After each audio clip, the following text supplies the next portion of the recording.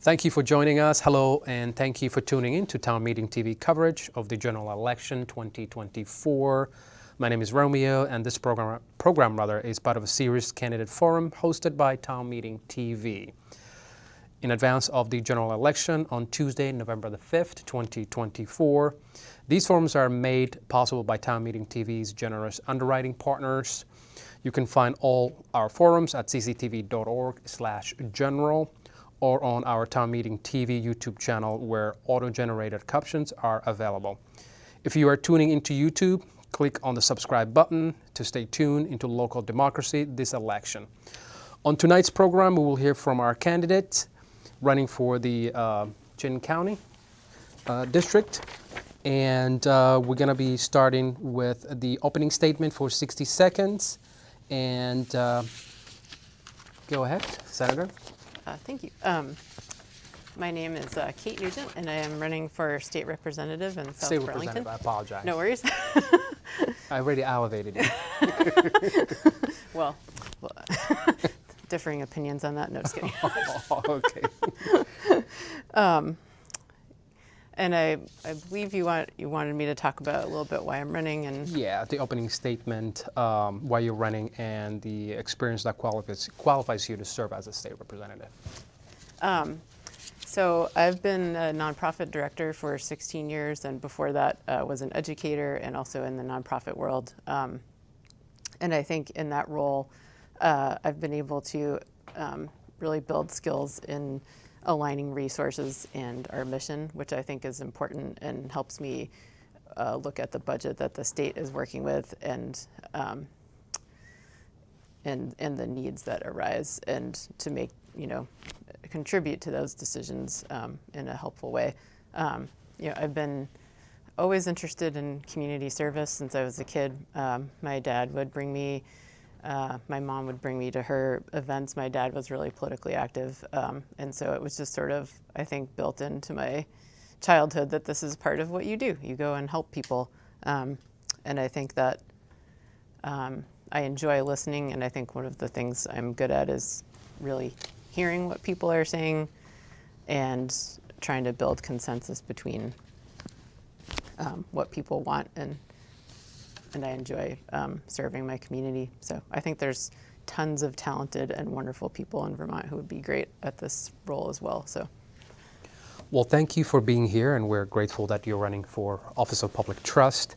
So we're going to move on to the questions, and the first one being property tax and education. This year, Vermonters will see double-digit increase in their property tax, and nearly a third of schools' budget failed on town meeting day. How will you approach education funding reform and property taxes for the incoming fiscal year? Well, this is definitely going to be a team effort. I think part of it will be engaging with this issue. I think the more folks in Vermont who participate in any discussions or decision making is going to be really helpful. So I personally am going to invite my neighbors and my constituents and folks that I know that work in that field to stay engaged and try to stay informed. I will share information as I go along. I think a lot of it's about the process to me. I think that if you have a really good process, then the product is good. And so that process involves a lot of give and take, a lot of trust, and sharing information all along the way. So I think it needs to be data driven. We need to be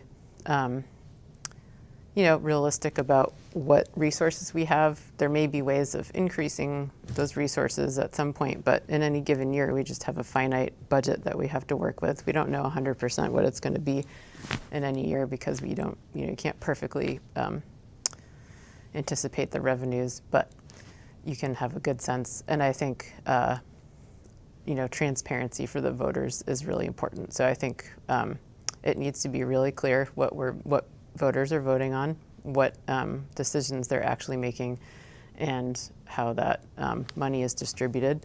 I think people are generous. I think Vermonters want the best things for the children across the state. Right. And I think we need to act as one state and community because we can be a team and think that way. So to me, it's about the process. I don't have, a specific tool that I think is going to fix everything, but I do think I agree with many people have said it needs to be high quality, but also needs to be affordable. And we need to look at outcomes, I think, too. Like, are we achieving what we want to achieve? What are our goals through this, and what's possible? Thank you so much. We appreciate that. And the third question is, this past session, the Democrats in the House proposed spending an additional $100 million per year for 10 years rather, on public subsidized affordable housing. This level of investment was not passed in the Senate. Would you support that level of public investment in housing? I think all things being equal, yes. But again, there's multiple needs that are competing for the same dollars. So I wouldn't say that I know exactly what I would do, but I think that it's clearly one of the biggest issues that we're facing. So it seems appropriate to spend a lot of money on it. And, working with the Senate maybe more closely, not me personally necessarily, but I think the House and the Senate will be working on that because we all recognize the need. Thank you. Thank you so much. And we're going to move on to emergency shelters.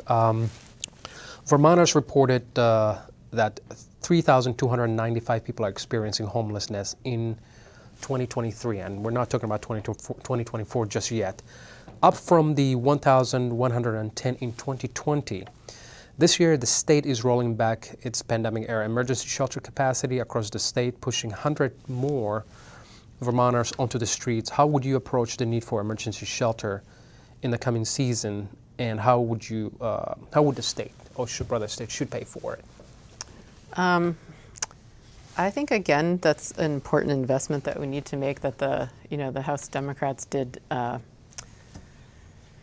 include, and then in our proposal, and I think that it's imperative that we find some solution. I think I've heard from folks that, one thing we lost or we don't have as much available anymore is congregate shelter. I think there's varying opinions on how effective that is, but it does seem to be a potential short-term solution.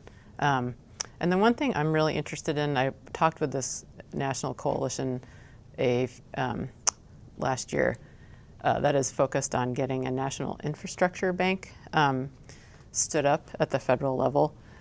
And I definitely am, it definitely convinced me that it was a good idea because we've had 5 of them throughout the course of our history as a country, including the first one Alexander Hamilton created, and all at times when we had these kind of massive shifts in socioeconomic issues and infrastructure needs. So we're at a point where we're changing how we power our lives. We're also seeing unprecedented change in terms of where people work. I think a lot of people have returned to office, which I think is a good thing, but still a lot more remote work is happening. And so a lot of these changes, and we have a lot of infrastructure that is crumbling, like schools all over the country. So a national infrastructure bank would allow states to borrow money from a federally run bank, and then use that money to invest in local projects. Like it could fund schools construction, it could fund roads, it could fund housing projects. So instead of just trying to go back to the same people and the same sources of funds, we could have this bank, and it would also generate a tremendous amount of economic activity that would also spur our economy. So I know that Representative Balint has been considering this issue. I don't know if there's a bill in the Congress to have that happen. And so I'm not exactly sure where that stands with her office, but I think there's a lot of folks in Congress who support that. And the really great thing about it is that even though Congress itself has, a lot of arguments about the budget, yeah. A national infrastructure bank is outside of that process, so it wouldn't require raising taxes either. So I would love to see our House of Representatives in Vermont support that fully, or ask our congressional members to support it. Perfect. Thank you. Thank you for that. So our next question is on public safety and the criminal justice. The public safety is a top priority for many voters here in Vermont, and in this election. This past session, lawmakers increased judicial staff, increased retail theft penalties, and expanded restorative justice practices in Vermont. What more needs to be done by the legislature, however that is said, to advance public safety and repair Vermont's criminal justice system? I would not say I'm an expert in this, but I do think that part of this is allowing some of the resources we infused in this year's budget to start to work, and for the backlog of cases to start to move a little bit. I think that will alleviate that. Making sure that our social services are strong is really important. And I think making sure that, once people are found to have committed a crime, that the consequences not be draconian, but that they're quick, so that we can move on from that. Expanding the restorative justice program, I think, will be really helpful. That's been shown to be pretty effective. And I think it makes sense. And it makes sense for Vermont values to try to bring folks back into community with the things that have happened, and also understanding that no one, there's a lot of reasons people might act in certain ways. So yeah, I hope that continues to flourish, and also that we work on some additional, gun safety regulations that will make sense and keep people safe from gun violence as well. Thank you. Now, our next question is overdose crisis here in Vermont. So 231 people died from an overdose in Vermont in 2023, with 95% rather overdose involving fentanyl. What must be done to prevent overdoses and promote addiction recovery and deter illegal sales of opioids in Vermont? That's a huge question. It's heartbreaking. I was aware of an overdose this morning that someone I know witnessed, and so that was really, it's just is terrible to be to know that that's happening. I think, as far as what to do, we have the overdose prevention centers that we're are hoping will start to address some of the immediate issues of that, so that for people who are,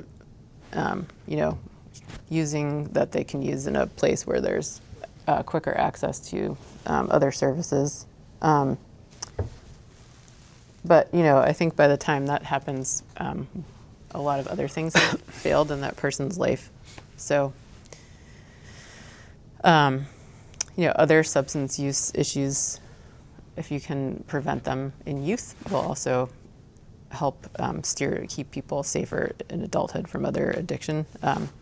Most people who have died from an overdose also have alcohol in their system. So I think promoting sobriety is another option.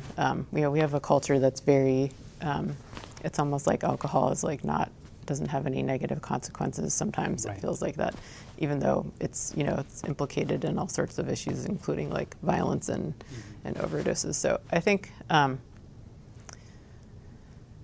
think it's one of those multifaceted issues that takes effort on everyone's part, and it's not going to be easy. It actually reminds me of when first time people started drinking alcohol. It was considered a very bad thing, and then that got accepted, and then now when people started smoking weed, it was considered something terrible, and then it slowly got accepted, and then now we're in this third phase almost of where we're at today, and then where are we going in the future, within the context of how are we becoming very sanitized, the overdose situation. So yeah, it's really incredible to watch, unfortunately. Yeah. So Yeah. So we're going to move on to the lightning round. I think this is your favorite part, from what I understand. So it's just going to be yes or no question. First one being, should private schools be funded with public dollars? I do not think so, but I do want to, or Would that be is it yes or okay no? to? That would be a no. Okay, I appreciate that. Do you support raising the age of family court jurisdiction? I do. Okay. And should biomass, in other words, burning wood, play a role in emission reduction strategies? I would say not in the long term, but I'm taking that as a no. yeah. Okay. You're Sorry. tough, yeah. Do you support statewide ban on assault weapon? Yes. Okay. And should legislatures be paid more? Yes. Okay. And I will admit that's very important. Do you support banning or limiting student cell phone in schools? Yes. Okay. And where do you get your news? I love the New York Times and also Vermont Public and BT Digger and CCTV. WPTC? No. Yes, definitely them also. Do you ride the bus? I do not. Oh no, we got a lot to talk about then. Because we have a transit situation going on. I don't know how much familiar you're with, but what is your favorite ice cream in Vermont? Oh, that is a good question. That was the one I didn't even answer before it. I mean, maple creamy, so good. I would say for myself, and I know this isn't about me, vanilla is always the best thing. I don't know why. Yeah. But we're going to move on to healthcare. All right. One of the primary drivers in rising school budgets and affordability issues in Vermont is increasing costs in healthcare insurance. What can the state do to reduce the cost of healthcare and meet the care needs of every Vermonters? Well, one issue I'm very passionate about that I did some effort on the last biennium is public health. And I think that taking that approach to legislation and to the state and our priorities would be really helpful. It's much more of a long-term vision and also thinks about the costs longer term rather than short term. So I would invest in a very robust public health infrastructure and make sure that we are investing in prevention across all issues, whether that's health, walkable streets that encourages people to get out and socialize and get physical activity. Nutrition is important. I know that the Department of Agriculture is working on, the logistical challenge of getting fresh vegetables sometimes from the farm into the stores that are easy for people to go to. So all of that, I think if we can delay the need for healthcare through a lot of other measures, that would reduce the cost in the long run. Mm-hmm. Thank you. And our next question is progressive tax initiatives. This year, Democrats in the House proposed new taxes on the state's highest earners and largest assets, including an increased income tax on earners over $500,000, an increased property tax transfer tax on properties over $750K rather. Let me put that. Thousand is the word. Where are those? And we don't want to miss the zeros, And increased corporate income tax. These new taxes largely did not make it through the Senate. Do you support raising taxes on higher earners and wealthy Vermonters? I do. I think it's important to make sure that we have a good process in place for that and involve the people who are affected by that in that effort. I think it benefits everyone when we have good services and funding for those services, whether it's roads that people can get to work on or education that means employees are prepared when they enter the workforce, public safety that means that commerce can continue